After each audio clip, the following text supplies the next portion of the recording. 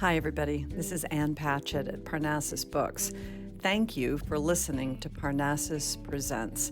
Your support allows us to keep bringing you fantastic events. So please consider purchasing a copy of tonight's featured book at the link below.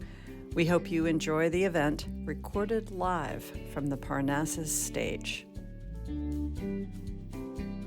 Hello, everybody.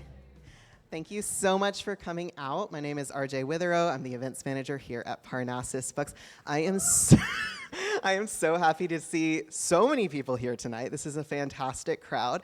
We're here for Clare Gilmore. Clare is a Nashville native, and we were so excited to host her for her debut book. So we're extra excited that she is back again, this time for Perfect Fit. And she's in conversation with another local Nashville author who, again, I say this every time she's here, but if you come to any of our romance events, probably very familiar to you. I think she was here like a week and a half ago. But Lauren Kung Jessen, who is the author of Lunar Love and Red String Theory, and she's got an upcoming book called Yin Yang Love Song that comes out in January that you can pre-order now. So we're always happy to see Lauren back. So join me in welcoming Lauren and Clare to the stage.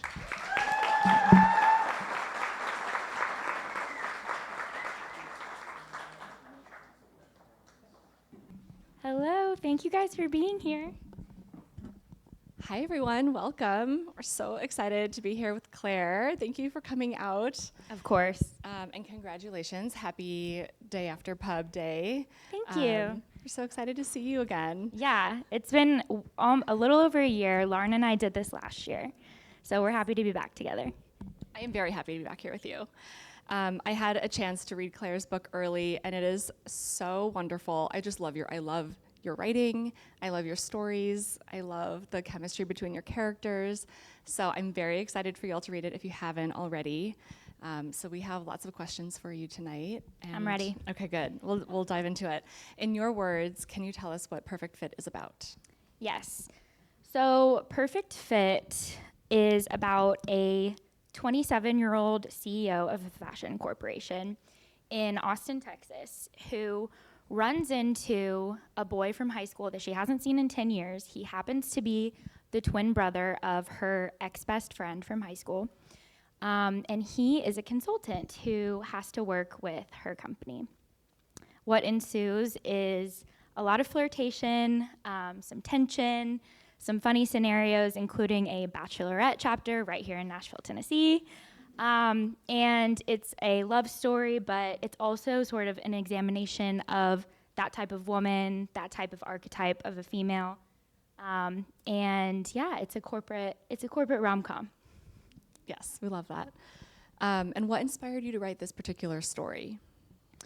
So it all started with Josie as a character. And in rom-coms, we see all sorts of different women, but one woman that I was really interested in exploring was I don't know if anybody has read Book Lovers by Emily Henry or It Happened One Summer by Tessa Bailey.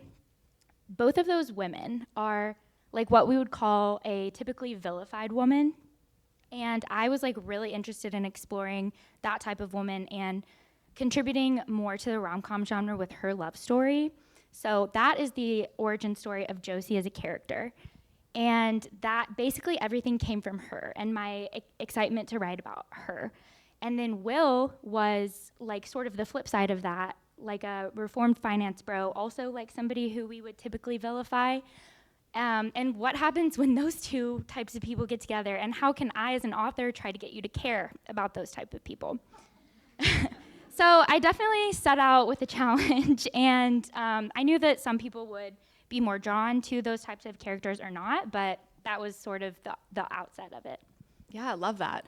And probably relate a little too much to Josie, so I don't know what that says about me, but she was very lovable in my opinion. I feel like everybody can relate a little bit to Josie.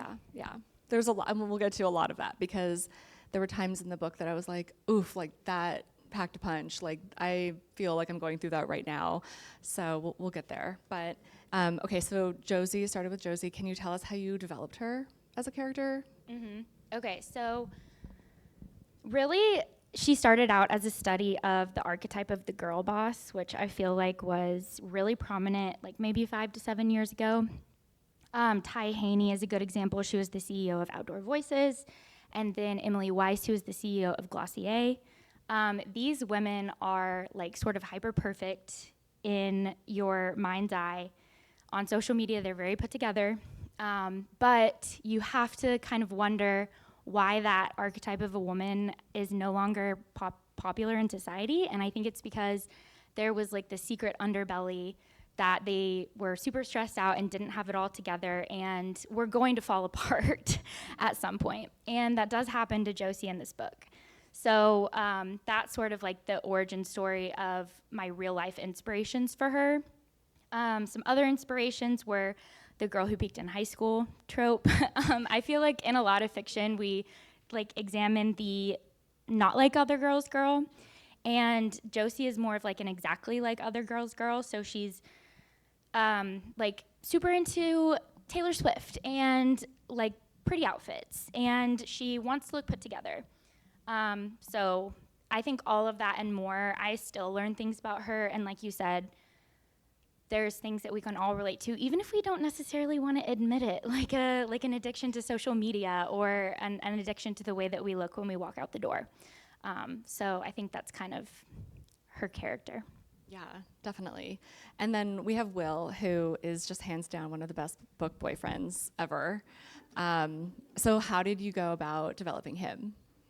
Yeah, he definitely changed the most from drafting to the final product with the help of my lovely editor.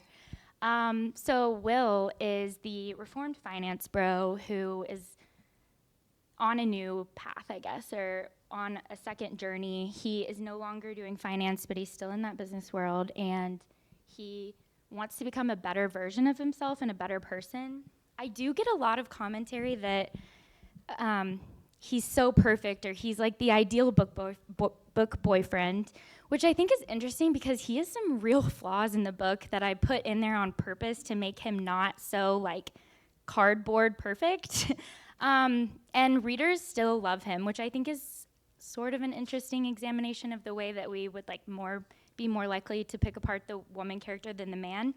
But I do think he's super lovable, and Josie obviously loves him, and throughout the story you see his insecurities and how they've played out through like the 10 years since they met when they were seniors in high school and now that they're like 27, 28. Yes, he is very lovable. I think what makes him so compelling is how self-aware he is about his past, and even just being a reformed finance bro and like being aware of that in and of itself is very, I don't know. Like, awareness is important. Awareness is huge. Yeah, awareness is huge. And then that vulnerability because of that awareness. So I think those are, we're all flawed. So it's just nice when someone can admit that they are. Yes. And especially in romance where there's so much character work and we don't really have such a beautiful fantasy world to rely on. So the character examination is really important in our genre. And there's so many different ways to do it, but I was really happy to explore these two characters. Yes. Okay, we're going to go back a little bit to the setting of the book. So with Love Interest, we had the world of like magazines, and it was a workplace as well. And with Perfect Fit, we get fashion and entrepreneurship in Austin. So what drew you to the world of Perfect Fit? So my corporate experience started out in fashion. I worked for a department store chain. And so like Love Interest, while I did take some liberties and made it slightly more romanticized of a company, both of these books are really based on my own experiences of working in my 20s. I think of them as companion novels, and one thing that I didn't really see until I was totally done with Perfect Fit was there's this sort of arc over the course of these two books. In Love Interest, which I drafted in my early 20s, it was a huge romanticization of corporate America, and I wrote it during COVID. It was just like something that is sort of very beautifully put. And then in Perfect Fit, you're almost like tearing it back down and saying what happens when you get burnt out, and this is not so romantic anymore. And that's totally a reflection of my own experience, and I think it's probably universally true for most people in their 20s. Sometimes you hit that point where you're looking back and you're like, oh, maybe I do need some more work-life balance than I actually have. 20s, 30s. Yeah, it's just a cycle. Yeah. Ageless. Burnout is ageless. So Revenant as a business, let's get into that. How did you go about building up this this world, this business, and why sustainable fashion? Yeah, so I don't think anybody would call me a fashion guru. I try. I mean, I'm wearing These socks are adorable. They're my mom's. The t-shirt is also hers. I care a lot about fashion, and I love a good outfit. And I think that women who love a good outfit are their own type of creative, because putting together something cohesive that also makes a statement and draws attention is, I think, just as valid as any other art form. For myself, I'm not sure that that's always like necessarily what I'm best at, but I can really appreciate it. And there were a few real life company inspirations behind Revenant, which is the fictional fashion company in Perfect Fit. One of them is Reformation, which is pretty closely aligned with Revenant. It's like a sustainable company that is pretty heavily online. But I don't know much about the CEO of that company, and that's sort of the point with Josie, is she doesn't want to be affiliated the same way that the Ty Haneys and Emily Weisses of the world were affiliated with their brand. And then there's a capsule wardrobe element too, which I sort of, in my mind's eye, see as Aritzia. So those are my two real life inspirations, are Reformation and Aritzia. Yes, love that. Got the Reformation. And you're right, we don't really know like who's behind that. We need to figure that out. Right, like where's the About Us page? We need to look that up. They are a B Corp though, Reformation. Okay. So, Okay. and in Perfect Fit, Josie is trying to get B Corp certified. Yes. All I know really about Reformation is that Taylor Swift wears a lot of Reformation. And Hill House. Okay. I study. Yeah, you do. You know. So then when you go into writing a story, drafting your characters, drafting the plot, how much do you know going in? And how much of the story do you allow to kind of take shape as you go? I am definitely the type of person whose books needs a lot of revision. So my editor is heavily involved in what you said is the sort of character process. I know some authors who can spit out an almost perfect draft first go, and I think that's amazing for them. My books, they do need a lot of character work, I think because I need help getting to the personal arc of each character and then their arc as a couple as a whole. So Josie and Will did change a lot over the course of revisions, and I think it was because it's sort of hard to get you to care about these types of characters. So I tried to be really thoughtful and put a lot of work into their ghosts and the lies that they tell themselves and what's in their past that they have not yet overcome. And that is all facilitated through my editor. I'm very thankful for her and her editorial insight. But it is a process for sure. I can relate to that process.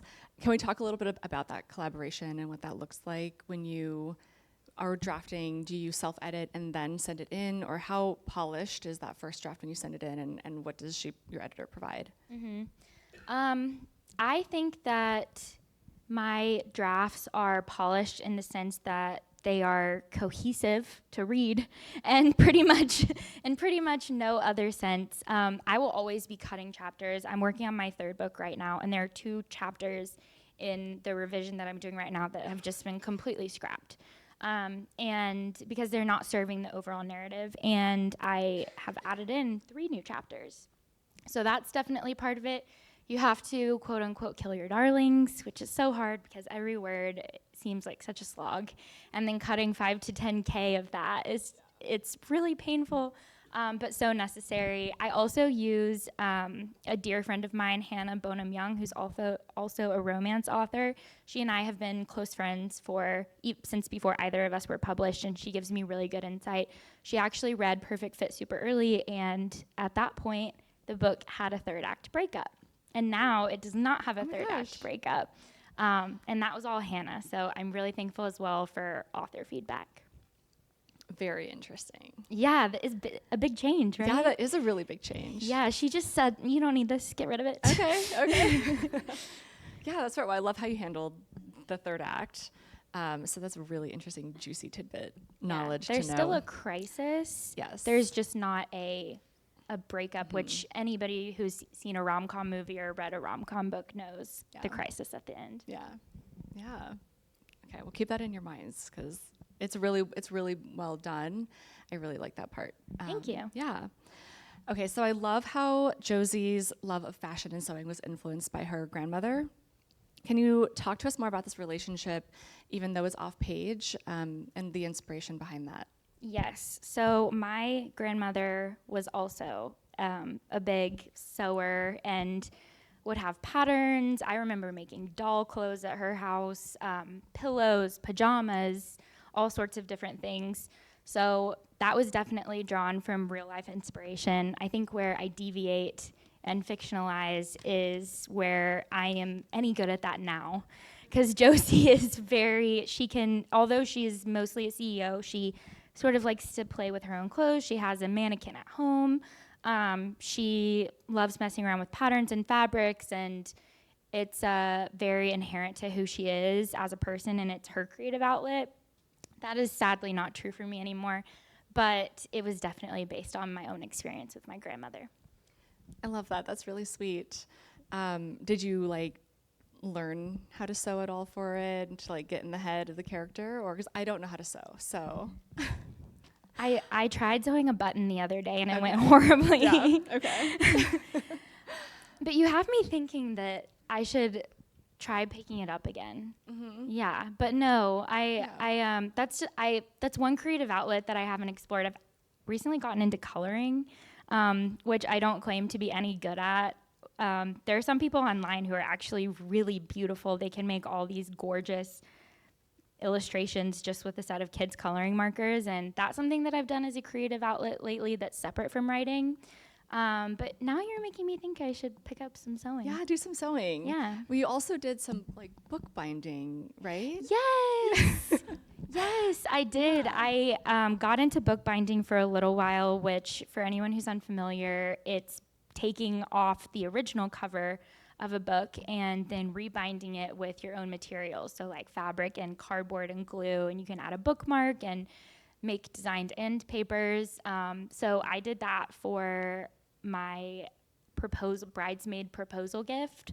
And that was really fun. That is fun. And does that have some sewing elements in it? I don't think so. Okay. But you could do it. You could maybe do it for the cover. Yeah. Okay, that's cool. You got the gears turning. Yeah. Well, I hope you document it if you do. Okay. The sewing of a button. I'm excited for that. Okay, so in your book, you do a great job of layering the motives and the goals and the drama. Those are all so super believable. And you touched on earlier about the Revenant getting a B Corp. So, and they also are opening a brick and mortar. What kind of research did you do for this? Because it's actually pretty on the page, actively trying to get the B Corp, opening the store. What did that look like for you? So B Corp is a real thing. Some people may be familiar. It's a real designation that comes with some companies and brands. And I wanted to add this element of sustainability to Josie's company so that she was already successful at the beginning of the book because she has this company. So I really needed her to be striving towards something and have a goal outside of her romantic interest. And so her goal throughout this entire book is getting B Corp certified. It actually required a lot of research because it's a real business. So I had to figure out, well, okay, if this was a real company, what size would it fall into? Because there's different size categories, and how long does it take, and how is she going to fail? Because I knew she's going to try and potentially meet some hiccups along the way. So it actually required quite a bit of research for B Corp. Do you tend to do your research before you start writing, or do you get to the point and then you drop everything and look it up, or do you wait till the end? What does it look like for you? I get through the first draft. Okay. And then typically my agent or my editor will read it and be like, I don't know about that. And I have to be like, you're so right. I didn't do my due diligence on this. And then I go back and try to make it as factual as possible. Okay. So then do you just put placeholders? I'm trying to envision like not knowing about a B Corp and writing about a B Corp. Yeah. So imagine that somebody just like decides one day that you get it based on like a merit system that doesn't exist. That's pretty much what I did. Mm-hmm. Okay. Amazing. Okay, so this story takes place in Austin, but we do get glimpses of Nashville. Why Austin? So the real reason why the book originated in Austin is because the founder of Outdoor Voices started her business in Austin. And I was so tied and drawn to her as an inspiration, and I will lie through my teeth if I ever meet her in real life about it, because I don't know the legal ramifications of that. But it's because of Outdoor Voices. Secondarily, I love Austin. I think it's a super cool city. I've been a few times and had a really great experience, and my first book was set in New York. So I wanted to do something different. And Austin seemed like a good counterpoint to New York City. How did you get to know the city well enough to write about it? Your locations always feel very much like a character, so I'd love to know kind of how do you go about making your locations feel like that? Yeah, I took a trip and wrote it off. Fun. I didn't actually write it off. I wish. I took a trip and I put some real life restaurants, and there's a mention of Zilker Park there. I actually got to go to Austin when it was right around the release of Daisy Jones and the Six, and it was during, I forget, Austin, there's some media festival there that I'm blanking on the name of, South by Southwest.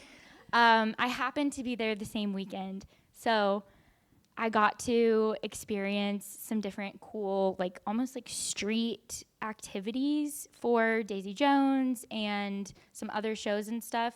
It was a really great visit, and I think I felt even more positive that was the right place for this story.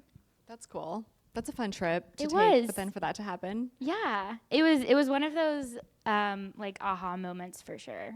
That's cool. I have yet to go to Austin, but I'm excited to now. Yeah, it's really fun. Okay. And then there's also Nashville, and I admit I looked up the restaurants that you talk about for the bachelorette party and the sports bar, and I was like, oh my gosh, where does that happen? Because they sound great, and they're not real. No. So I'm like Googling, like, where is Nashville? How do you decide what to fictionalize and what to keep real in your books? It's so hard.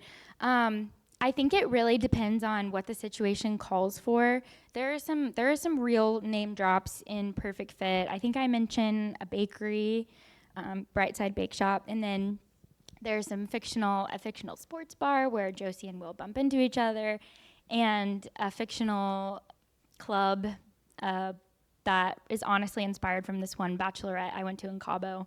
I just transplanted it to Nashville. I think I just kind of throw things at the wall and see what sticks. Sometimes a copy editor will fact check you, and then sometimes even the publisher's legal department will get involved. I remember one time there was a song quote that we had to get fact checked by legal, and then another time I had like sort of fictionalized an interaction between a famous person and somebody from Love Interest, my first book. And we had to cut that because that is too close to being technically not true. But with things like fictionalizing a restaurant or a club, I just kind of, I think, try to fit it to the scenario. And then it's fun when somebody calls it out because you get to have a conversation about, they say, oh, I recognize that, or like, what did you mean by this? Yeah. And how do you come up with the names for the restaurants? I just pull from other cities, honestly. Okay. I pulled some things from Charlotte, where I live now. I pulled some things from Cabo, where I went on a bachelorette trip. Sometimes I just make stuff up. Okay. All over. Yeah. Fascinating. So then we, just like in Love Interest and Perfect Fit, we get some more great friendships with Josie and her friends. Can you talk to us about that dynamic a little bit more? Yeah. So there's two main friendship storylines in Perfect Fit. One is a friend from high school that she is no longer in touch with, and this is Will, the love interest's twin sister. They had a falling out in high school. Now, what this means is they had a fight when their frontal lobes were not fully developed, and then they let it fester for 10 years and never got any sort of resolution. And I think we have all been in that scenario where you're thinking of something that happened a long time ago and feeling like you wish you had done things differently or said something different or apologized sooner. So that's one aspect of the friendships, and it creates a lot of tension because twin brother. So of course it does. Then we have a different example of a female friendship, which is one that you make when you're slightly more delayed in life, slightly mature, and how those types of relationships keep their longevity over time because you've developed healthy communication skills.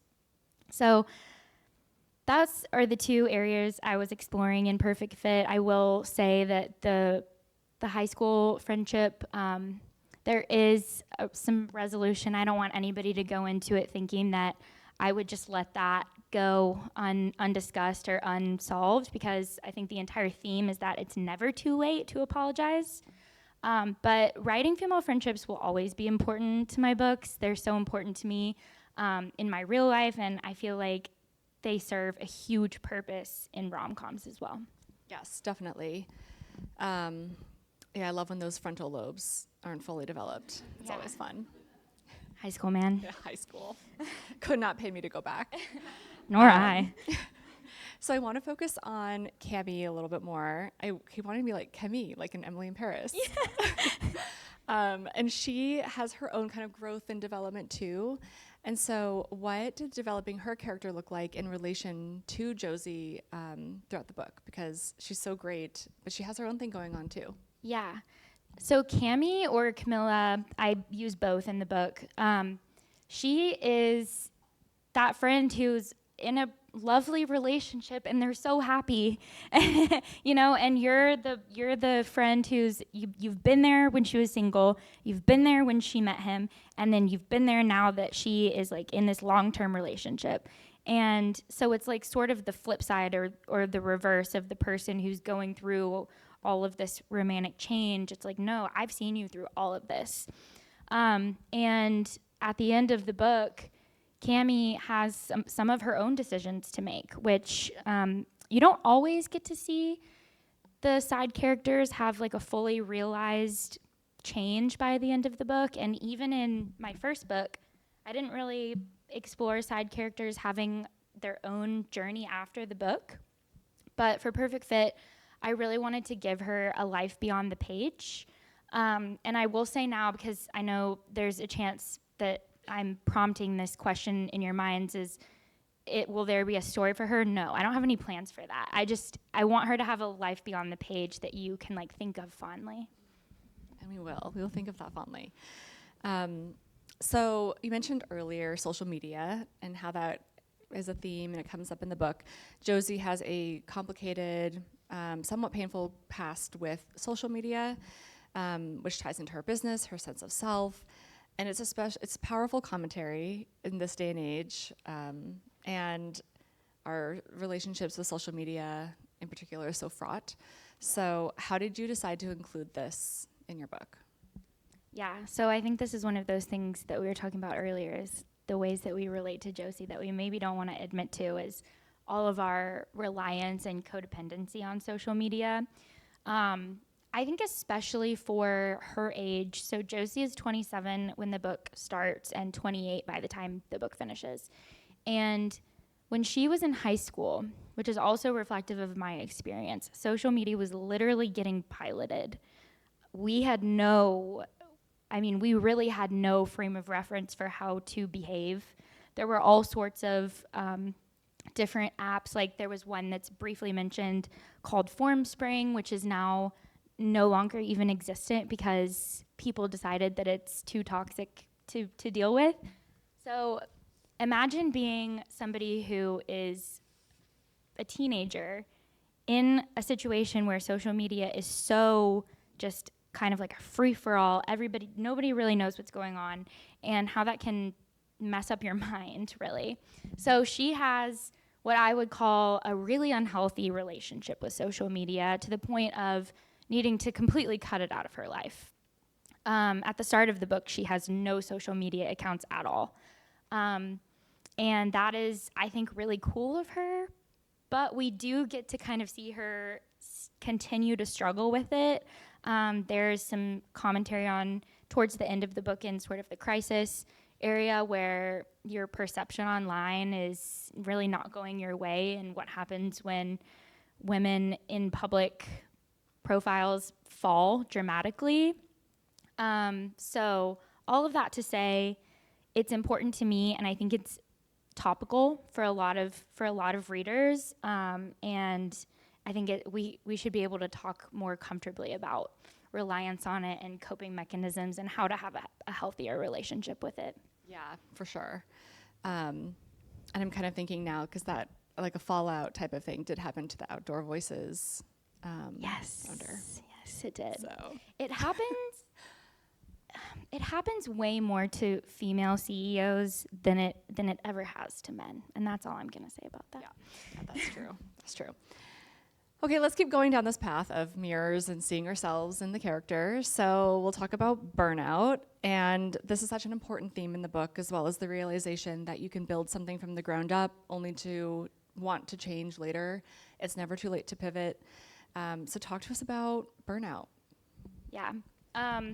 I feel like recognizing it is the way to avoid it, and Josie does not recognize it. The need to constantly be achieving something, to be constantly feeling productive, is really inherent to just our society as Americans, and is certainly true for Josie. And at the end of the book, we see what happens when you ignore your mental health and you ignore your physical well-being, and you ignore the boundaries that you have set for yourself because you know that they're there for a reason. And burnout happens, and the fallout is so much bigger than it would have been if you had just managed it appropriately to begin with.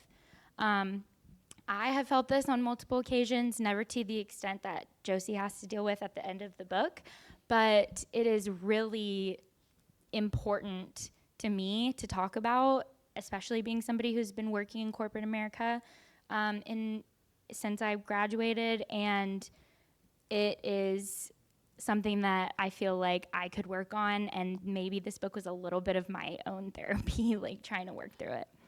Totally.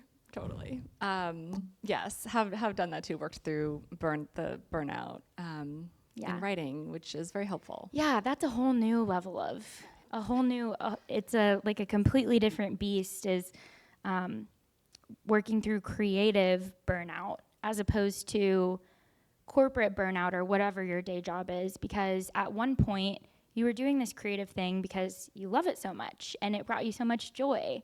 And I feel like for a lot of people, you sometimes reach a point where what used to be bringing you a lot of fulfillment and it was filling up your cup is actually draining you. So that's really scary to think about, and it's why I got into coloring, because there are no stakes there. Good. Coloring will help heal us. Okay, so on to something fun, which is the traveling portion of the book, which Josie and Will do. They kind of just go to some incredible spots around the world. How did you pick these destinations? Yes, so they go to 3 different international locations, and all of them were chosen because they have good B Corp warehouses. So that's Look at that research. Yeah, I know, right? I was like sifting through some companies' like financial statements. That was probably the deepest hole that I went down. So the 3 locations that they go to are Peru, India, and Spain, and they have some good sort of romantic moments in those lovely locations. Yeah, you need to do some research trips. Yeah. Post writing. I need to get more on the research trips. Yeah. Okay, so something that comes up too, which I love in the book, is soft living. Yes. Can you talk to us about soft living and what would that look like for you? Yes. So I learned the term soft living on TikTok. People call it the soft life aesthetic, soft living. And it's like if you were to drop everything, move to the mountains, and bake sourdough for the rest of your life. And Josie and Will have a conversation about soft living in the book, and they kind of talk about what they would do if they were gonna be soft livers. Yes. And it is such a dream and so out of reach for all of us. I think that's what's important to remember about it is we can all go on a nice vacation that's very soft, but it is actually not realistic. However, I feel that we can all incorporate certain elements of it into our personal lives. For me, what this looks like is a few hours a week literally doing nothing and not thinking about the next thing that I have to do, or trying to, you know, or use my time by like doing laundry while I'm home, you know, or like trying to check things off a list. You're actually just doing nothing and trying to refill your cup that way. I think that is how we actually manage it. I'm hearing you. I'm hearing you. But there's just too much to do nothing. That's the problem. That's the probably. American in us. Yep. Yeah. Yes. Okay. So then, for a capsule wardrobe, which Revenant is very much about, what would your capsule wardrobe look like?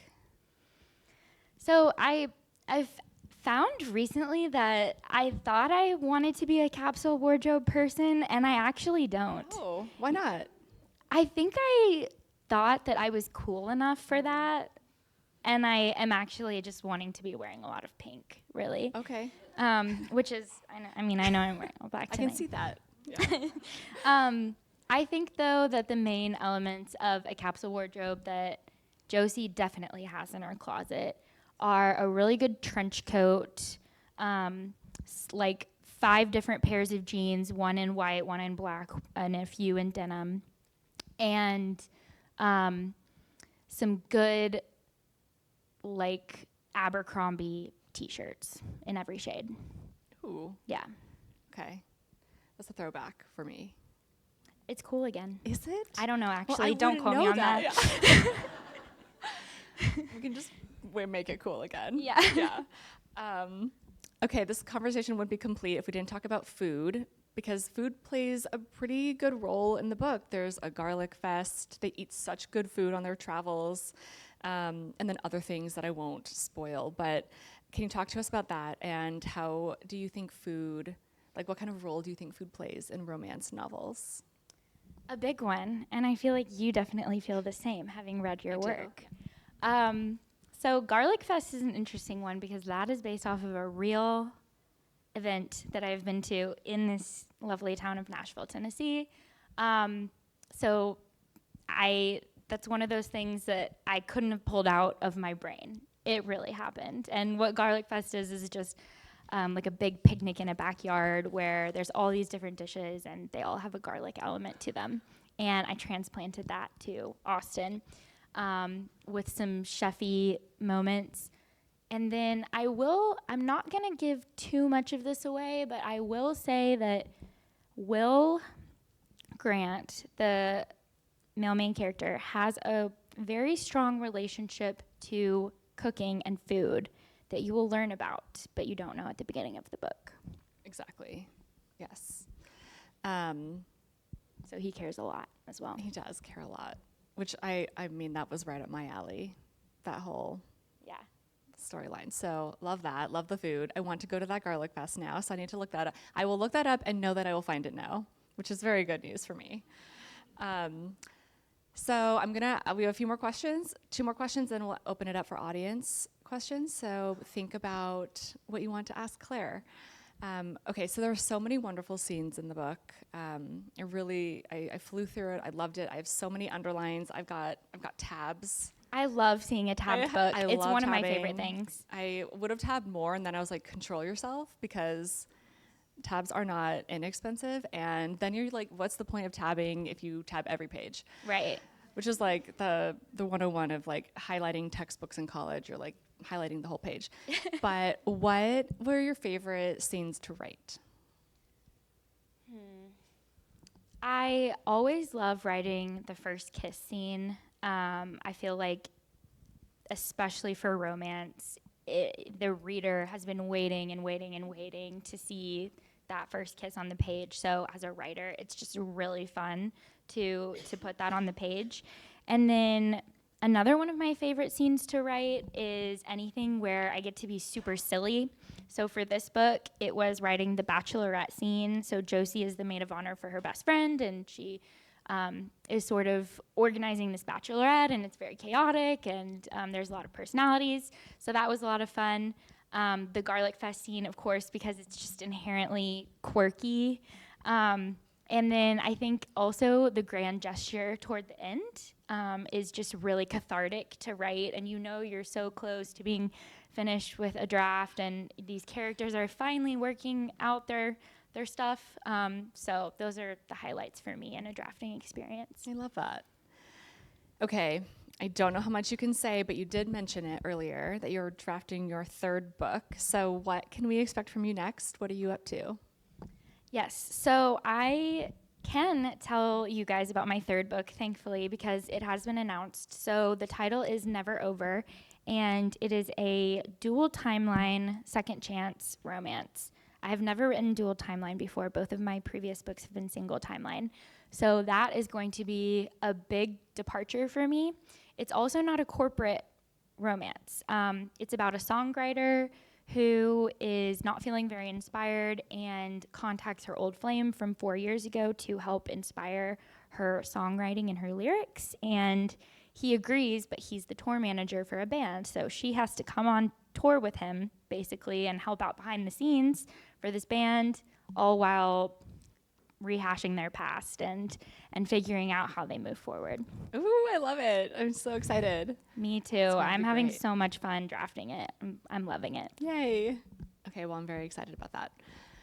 Okay, we're going to open it up for audience questions. Who has a question? Okay, this question has been eating at me since you started talking about drafting. So you say that you go through your first draft really quick and then you spend a lot of time on editing. So I'm really curious how long you spend drafting versus editing. Like, do you spend more time draft or editing than you do with your original draft, or vice versa? I do spend more time editing, and I say this with a huge grain of salt because my experience I know will be different from other writers. I am a really fast drafter. Like, I know almost no one who drafts as quickly as I do, but I have so much revision because of that. Because I just do not stop, and I don't think about things that need to be changed in moment. I think about it later. So my drafting, if I'm really pushing it, I can do it in 2 months. And revision, and I do have a day job, so I'm doing that around my work. But revisions I'll typically do in rounds with my editor over the course of 4 to 5 months, because we'll be doing a revision and then it goes back to her and she has notes and then she gives it back to me and I do another revision, etc. So that's my process with my editor, but it's definitely different for everyone. Mm-hmm. This sort of goes off of what you just touched on of having a 9 to 5 and writing. And so what does the discipline process look like for you for that? You sound like you write really quickly with your drafts, but how do you write, find your time to write while also having your 9 to 5? Yeah, I don't have any kids, which helps. I also work hybrid, so I am in a really fortunate position to be able to use my time wisely during the day. And then I consider having kids a full-time job of its own. I know some people who have kids, a full-time job, and are writing. And that I would like to study. So I think when you love something enough, you'll do anything to make it work. And It's about finding those little moments, and time of year too. I get busier in the fall just with work and personal life, so I typically almost always draft in the winter and spring. That's just sort of the schedule that works for me.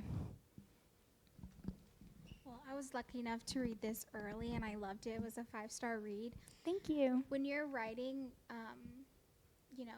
like love interest-wise, not the book, but, in An your important books, disclaimer. Yeah. Do you pull any of that, like, from your own personal experiences? Yes and no. I've only ever dated one person, and we have never broken up. So right now I'm writing a second chance, and there's this huge messy breakup that I have no personal draws to, really. So sometimes I think the communication is an important part of a real life relationship, and I feel like healthy communication is something that will always be important in a romance novel, even through the miscommunication trope, which is like a big part of it too. But then there are other things that I feel like the research that I do, if I don't have it in my personal life, is I read other romance books that I really admire. And some inspirations that I've had recently are books that just published this year, like Jessica Joyce released a second chance romance that was super gripping, and I remember thinking, oh, when I'm writing a second chance romance, I would love it to feel like Jessica's book did. So there's definitely like art calls to art, I guess, in that sense. So I would say it was a mixture of both, for sure. Being of an older generation, there's some terminology that I don't understand, so perhaps you could fill us in, some of us older people fill us in. The capsule wardrobe, and then more, I think I looked up the B Corp, but could you explain those, please? Yes, a capsule wardrobe is like a small set of clothes that are universally good for any situation. And it's become popular, I would say, in the last 5 years. Instead of, like, say, a sweater that you could wear to a very unique event and nowhere else, a capsule wardrobe is an outfit that you could mix and match and wear almost anywhere. So you can pack it, make any outfit out of a few items, and always kind of look put together. I guess that's how I would define it. B Corp.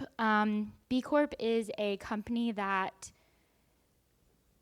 judges other companies based on their sustainability, and you can award sustainability to a company. So, for example, B Corp can say, this fashion company is sustainable by our standards, or like, we give this company our check mark of approval. We think that they're good for the community, they're good for the environment, and they're good for their customers. That's sort of the B Corp definition. So this is a question for both of you. You're both so spectacular at writing women characters who don't just exist within their love stories. And it's something that I loved about both of your books so much. What comes to you first, the drive outside of the love story, or the love story and then you fit like a job into that?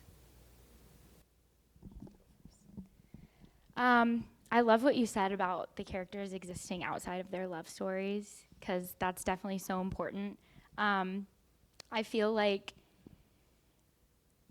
in order to do that, it just takes a lot of planning at the front end and making sure that the character, you almost have to take it out of the relationship and say, well, if I took the love interest completely out of this book, would it still be a book? Probably not in a romance sense, but there were certain chapters or certain elements of the character growth that you would still want that character to have gone on, whether she met this person or not. So I feel like that's how I try to think of it. And then as far as the job and the universality of her experience, it's really closely tied to my own. And I'm growing all the time, even though I'm not necessarily going through a romantic change. So I just try to reflect that, I would say. Thank you for saying that. That's really nice. I usually have the job. Like I have had such a colorful past of like careers just all over the place. And I get to live vicariously through my characters. So I kind of just like, I get to research the jobs. I get to live in that world for a little bit while I'm drafting and editing. So I care a lot about what they do. I think a lot about their careers. So, and similar to what Claire said about how if you took the love interest away, would you have a book? And I think there would be some interesting careers that you could like read about if you took away the love part. But also with the families, having like important friend relationships or family relationships, that's a really big part of my books, is the family element.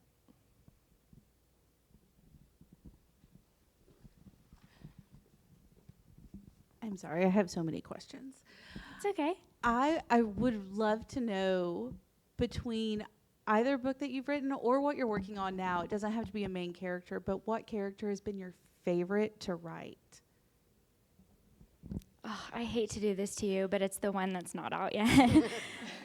Yeah, I also just have recency bias. So I'm really in their world right now, but for the songwriter character, I don't know, never say never, but I'm not sure I'll ever write a writer protagonist. But the songwriter protagonist of my third rom-com is really like my writer dupe. So she has just like a lot of questions about art and what makes it real and what makes it good, and where you can draw inspiration from, where it feels right or wrong or ethically bad or good. So she's sort of like my passion project right now. Her name is Paige, and I'm really in her head right now. I love the cover for this one and the color. I kind of wanted to ask, what was the inspiration behind like the cover and the scene we do see on here? Yeah. So the Power Pony is taken directly from a photo of Margot Robbie on her Barbie tour. You can probably look it up. I sent the photo to the designer and the cover artist, and I was like, can we make her look like this? Because Josie is really similar to like a sort of Margot Robbie type. So that's her inspiration. In terms of like the layout of the cover, we had a long conversation about this because she's like leaning forward, he's leaning back. You can tell she's in charge. And you can tell that she knows what she's doing. So that was also kind of important for this cover. And then in the background, this is Austin through the outdoor window, the cityscape here. I think they did a really beautiful job with that. And I think it ties in really nicely to the Love Interest cover too. So I just wanted there to be some continuity there so that you could sort of associate them as companion novels. Hi.